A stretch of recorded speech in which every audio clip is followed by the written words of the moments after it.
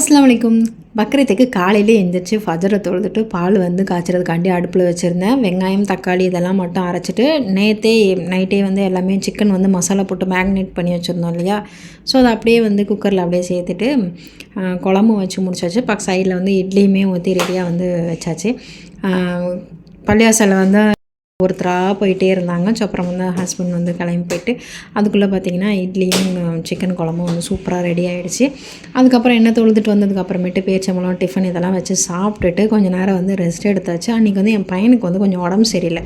So அதனால் வந்து அதுக்கப்புறம் மதியானம் போல் என்ன பண்ணோம், பாயாசம்லாம் பண்ணி சரி பக்கத்து வீட்டுங்களுக்கெல்லாம் கொடுக்கணும் இல்லையா.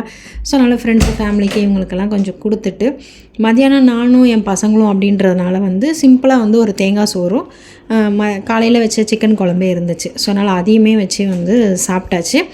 நைட்டுக்கும் பார்த்திங்கன்னா எதுவும் பெருசாலாம் செய்யலை. கல் தோசை மாதிரி ஊற்றிக்கலாம். சிக்கன் குழம்பு இருந்துச்சு. ஏன்னா அன்றைக்கி கொஞ்சம் உடம்பு முடியாதனால யாரும் அவ்வளோவா வந்து சாப்பிடல. ஸோ அதனால் நைட்டுக்கும் என்ன பண்ணோம் அப்படின்னா கல் தோசை போட்டுட்டு அதே சிக்கன் குழம்பு அப்படியே வச்சு சாப்பிட்டாச்சு. அன்றைக்கி அல்ஹம்துலில்லாஹ் எங்களுக்கு பக்ரீத் இப்படி தான் போச்சு. பட் ஆனால் வந்து ஃபோட்டோ சம்திங் எதுவுமே வந்து எடுக்க முடியல. ஏன்னா அல்ஹம்துலில்லாஹ் எங்களுக்கு பக்ரீத் இப்படி தான் போச்சு. உங்களுக்கு எப்படி போச்சு அப்படின்னு சொல்லிட்டு மறக்காமல் கமெண்ட்டில் சொல்லுங்கள். என் ஹஸ்பண்டோட மைண்ட் வாய்ஸ் காலையில் வச்ச குழம்பு நைட்டு வரைக்கும் வச்சு ஓட்டிட்டு பார்த்தியா இந்த ஒரே நாள் அப்படின்னு.